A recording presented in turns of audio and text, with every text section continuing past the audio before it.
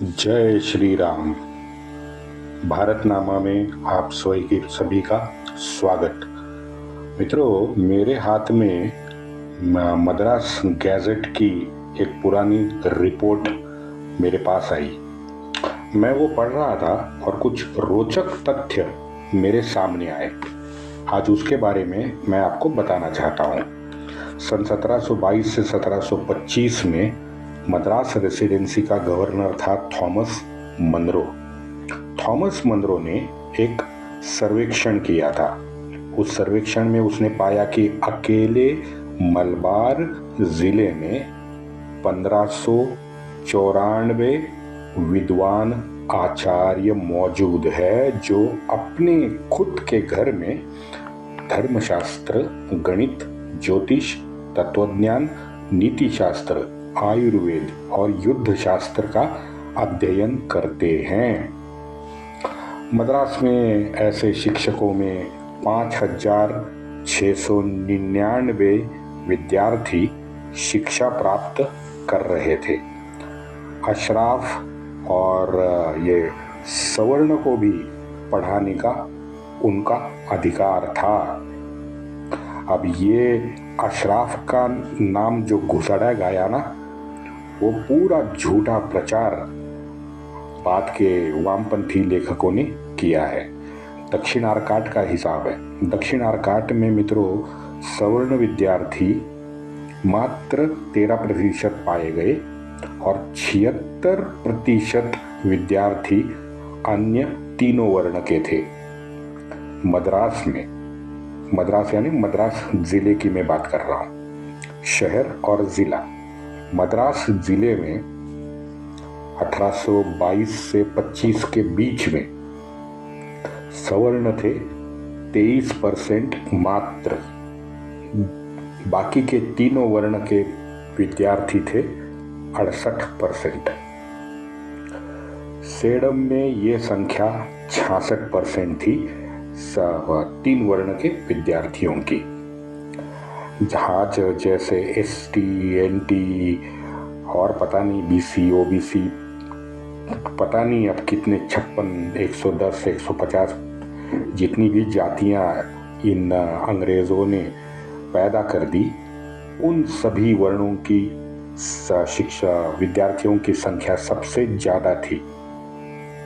मद्रास में 68% और सेडम में 66%। अब ये मित्रों सरकारी गैजेट मैं आपको पढ़ा रहा हूँ, तो ये अधिकृत आंकड़े हैं ब्रिटिश गवर्नमेंट के।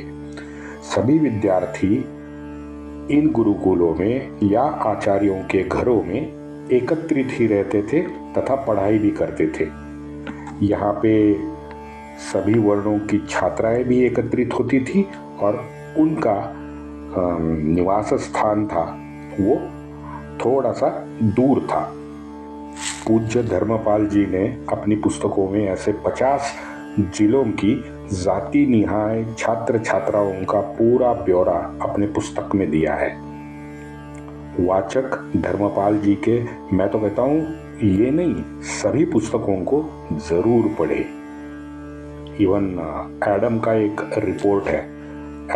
एडम के रिपोर्ट के अनुसार बंगाल के 5 जिला सर्वेक्षण में ये पाया गया कि वहाँ सवर्ण शिक्षक अल्पसंख्य में थे।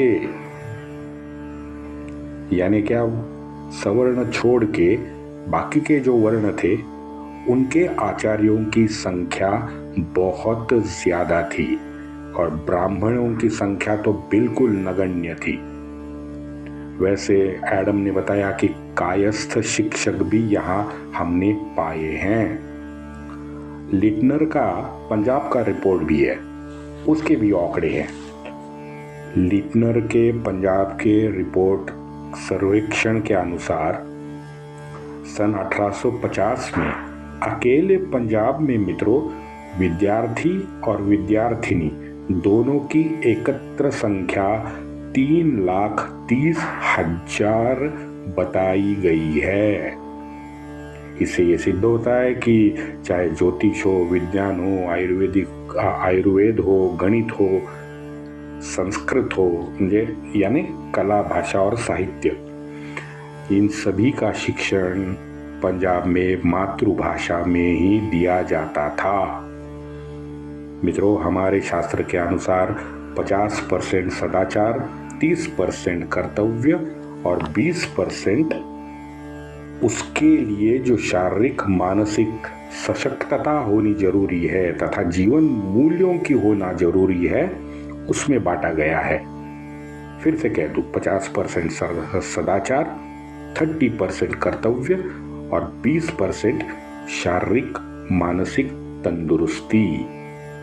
विद्यार्थी और स्नातक में भी फर्क समझाया गया है।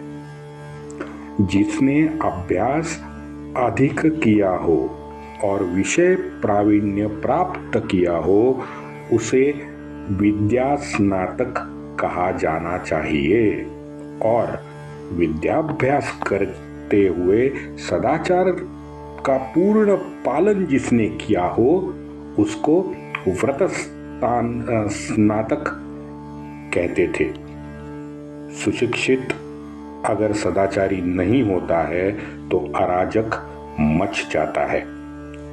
कांडी केजरी, सोनम, चारू मुजुमदार, सान्याल, इन जैसे हजारों लाखों अराजक हमने अभी तक देखे हैं। साक्षर की बुद्धि अगर घूम जाए मित्रों, तो राक्षस पैदा होता है। ये मेरा नहीं, संस्कृत का सुभाषित है। वंदे मातरम।